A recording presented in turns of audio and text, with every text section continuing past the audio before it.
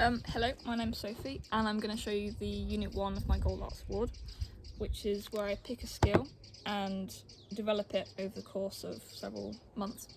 So here are some initial drawings I did from when I started Sketchbook, so you can see my progress. Here's some initial planning I did with my mentor, Poppy. So sort of start planning, which you can see here as well. That's my aim, right there. And these are the content pages, since I've done quite a lot. And this is my Instagram page, where I've taken pictures of my work and shown it online.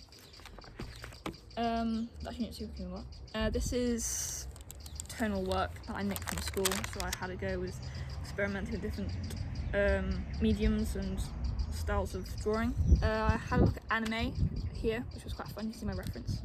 I also did another one several pages later.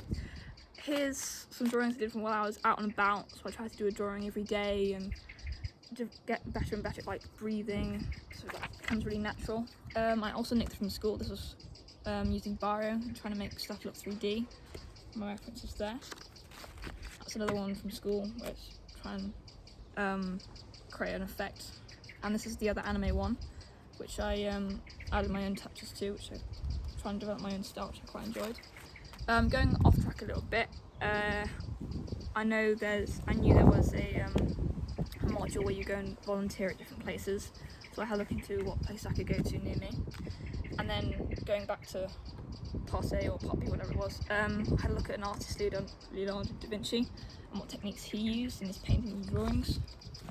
And then I had a go at, because Leonardo da Vinci was quite, he's very ancient sort of long ago master, I tried doing my own paint using natural materials from egg and mud and here's some inspiration that my mentor gave me, which led on to looking into the perspective graph, which was quite cool. Here's another drawing just to keep up the flow, butterfly close up. And then I had to go with really realistic drawing, portraiture, which I really enjoyed. You can see my reference here, and I used the grid method, which was really effective. I also did a Sophie show, won first prize, which was like £5, which was quite fun. Another drawing, perspective drawing, cityscape from below, in Biro again. And then I went to Prado in Spain, which is the main, like the Louvre of Spain, really famous in the arts world. And I did some drawings while I was there, like waiting for the planes and on public transport, which was fun. I enjoyed that. And then around the Prado there were different exhibitions, and I looked at different artists, and there was this wall of flowers on black, which was really interesting, so I had a look into that. And then here's another drawing, well, fan art really, from Star Wars. And then the Reina Sofia, which is another famous art gallery in the Spanish world, more modern than the Prado. And then I did a response here to this sort of map art, sort of college style here, to Thirst, which is like my own local town. One more on the Prado here, just to break it up, another drawing, watercolour / Biro thing. Another Spanish art gallery here, and then these outdoor works which are around the city of Madrid, which were really cool. So I took pictures and leaflets from there, which was cool.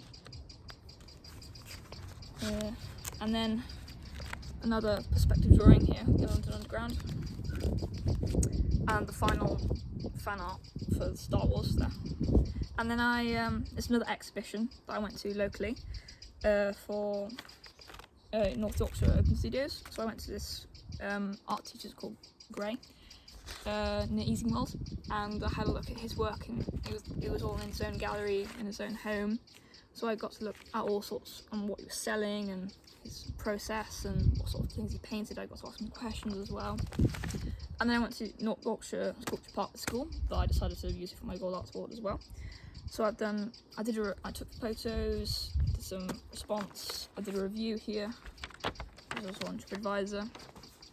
And there's another drawing, briefly. And there's a little bit more there, more pictures from the Yorkshire Sculpture Park.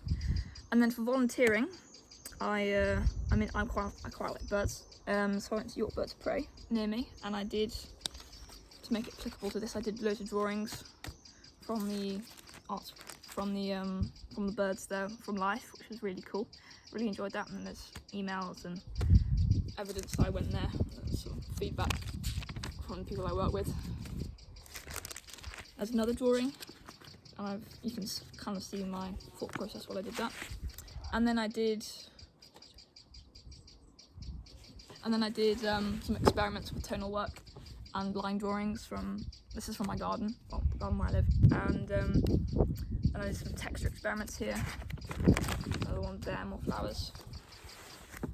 And then I also did some volunteering at Rural Arts for a day, where I got to see all the different exhibitions and workshops that were led there, which was really interesting. And I got feedback from Poppy, and there's more evidence exchanging emails, and I got to learn about how an arts charity like Rural Arts is run, and how the sort of the cafe and the gallery sort of interact, and all the different people that come there.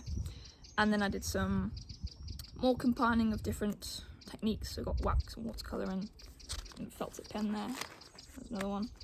And then I volunteered at a cinema, my last bit of volunteering, and I sort of had a look at different ways films are made, and different sorts of films, and did some drawings. And I watched quite a lot of films while I was there, which was quite interesting to see how the art world sort of expands when it comes to filmmaking. Oh, I lied. This is another bit of volunteering I did at Foxcliff Covert, which is like a nature reserve, and I did some artwork inspired by the nature I saw while I was working there, because it's really cool to spend a day out in the open air and think, what art can I make from this?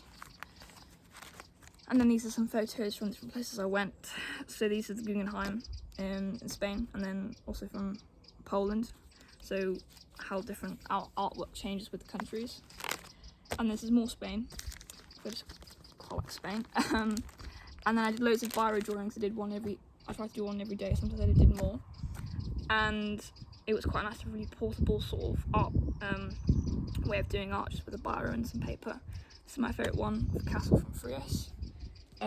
Because I sort of really think I captured the sort of tone, and I got to like really focus on it, because I got quite a while to look at it.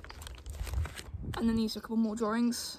So that isn't my own style, I copied that off the internet, but it was quite cool to see how I could change my style in response to doing that. And then here's some watercolour and pencil drawing. And then here's another really realistic drawing. I think you can definitely see how I've gotten better during the course of this arts award already. You can compare it directly with the other one I did a while ago. And then here's some feedback from a friend and my family, and my responses to the feedback. I also went to Leeds Art Gallery, and here's some leaflets that were there, and then I've got see the pictures. And I could look, and there was loads of different sort of more modern art techniques that I saw in Spain, so it's quite cool to write about them and compare and contrast them. And then this was the start of another part, about part B, I think, and it was like arts issues and protest and art about the real world and sharing opinions, and you had to pick an arts issue and do a response to that. And I was inspired by that section to make this poster, photocopy it, and put it up around school. It's all explained here, but I basically got a after-school detention because the uniform at my school is you girls have to wear this and boys have to wear that. So I thought that was a good thing to protest about. But they have actually changed the uniform since, but not because of what I did, which is a bit of a shame, but still quite cool. And then some more drawings I've collected during the course of this, so biro, but mainly pencil. And then this is another work shadow at Rural Arts, so I did lino cutting. I actually lost the finished result, which was a bit annoying, but it was in 2 stages, and I have stage 1 here, and you can see a photocopy of the actual lino there, and you see my process in the pictures. And then this is a demonstration of progress. That's from 2016, from 2020, so you can really see how I've come on. And then that's a review of part A, and what I enjoyed and what I didn't enjoy, how I think I've developed, my responses to what I've learned. And then I got really organised here with part D, And that's just fun art, but ignore that. And then I had like 3 ideas of what I could do for part D. I've written about them here. And then we move on to a different thought process altogether. And I did David Hockney for my artist. I had a look into his drawings and paintings. I didn't know he did so much drawing as well as painting, which was quite cool. And I looked at newspaper articles and in magazines, you can see underneath the pictures. And then I wrote about what I thought about his work, what I did like, what I didn't like, and then I tried to copy his style, which was quite fun. And I had to go with colour pencil, which I haven't done before. That was really interesting to try. And then continued here, because he does lots of line drawings as well, and I hadn't really thought about that art really a sort of well recognised thing, so that was interesting. And this is clearing up a few holes I left before, about supporting organisations with freelance artists. Here's another drawing I nicked from school too. Tonal work, rock.